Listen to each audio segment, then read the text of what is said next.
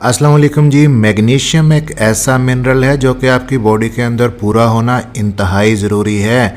अब ये मैग्नीशियम आपके जिस्म के अंदर करता क्या है? अगर आपको ऐसा लगता है कि आप जल्दी जल्दी थक जाते हैं, एसाबी कमज़ोरी आपको रहती है, नींद नहीं आती, टांगों में दर्द रहता है, सुस्ती रहती है, तो हो सकता है कि आपके अंदर मैग्नीशियम की कमी हो।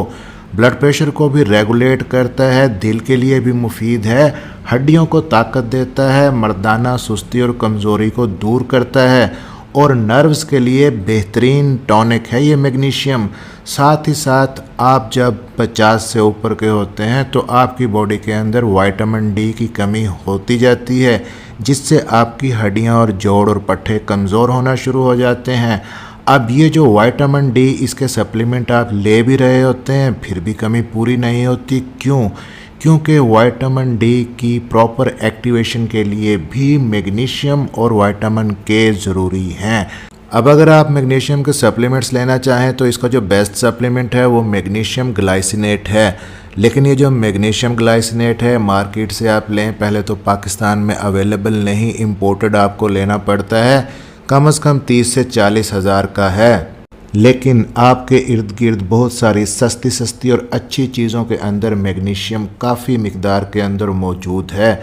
तो महंगा सप्लीमेंट लेने की बजाय क्यों ना आप सस्ती, मायारी और नेचुरल चीज़ों से अपनी बॉडी का मैग्नीशियम पूरा करें। तो कहाँ से मिलेगा ये मैग्नीशियम बताता हूँ आपको। मेरा नाम है डॉक्टर ताहिर, चैनल को सब्सक्राइब ज़रूर कर लीजिएगा। अब मैग्नीशियम के बजाते खुद इतने सारे फ़वाइद हैं, साथ आप ये भी जान लें कि विटामिन डी की एक्टिवेशन के लिए भी ज़रूरी है। तो विटामिन डी जो आप लेते हैं, चाहे आप नेचुरल सोर्स से लें, आप सनलाइट से लें या आप कोई सप्लीमेंट लें, वो इनएक्टिव फॉर्म के अंदर होता है। उसको एक्टिव होना होता है आपके लीवर के अंदर और किडनी के अंदर जाके, और वहाँ पे ये मैग्नीशियम ज़रूरी है उसको एक्टिवेट करने के लिए। तो अब जान लेते हैं जी मैग्नीशियम आपको कहाँ कहाँ से मिल सकता है। जितनी भी लीफी ग्रीन वेजिटेबल्स हैं, पालक है, मेथी है, सलाद पत्ता है, इनके अंदर होता है। इनको आप पका के खा सकते हैं, उबाल के खा सकते हैं, सैलड के अंदर यूज़ कर सकते हैं, आमलेट के अंदर आप डाल सकते हैं। आप मेथी को, जैसा कसूरी मेथी आती है, रोटियों के अंदर डाल सकते हैं।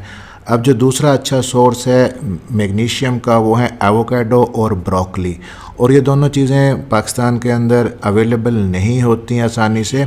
तो फिर क्या करें? केला बेस्ट सोर्स है मैग्नीशियम का। बनाना 1 से 2 केले अगर आप डेली बेसिस पे खा लेते हैं, आपकी बॉडी का मैग्नीशियम काफ़ी हद तक पूरा हो जाता है। लेकिन यहाँ पे भी मसला आ जाता है, बाज़ लोगों को अगर डॉक्टर ने केला मना किया है, डायबिटिक हैं, शुगर के पेशेंट हैं, वो क्या करें? तो इससे भी अच्छा सोर्स आपको और सबसे बेस्ट सोर्स है जो बताने लगा हूँ मैग्नीशियम का, वो है पेठे के बीज, जिसको हम पंपकिन सीड्स भी कहते हैं।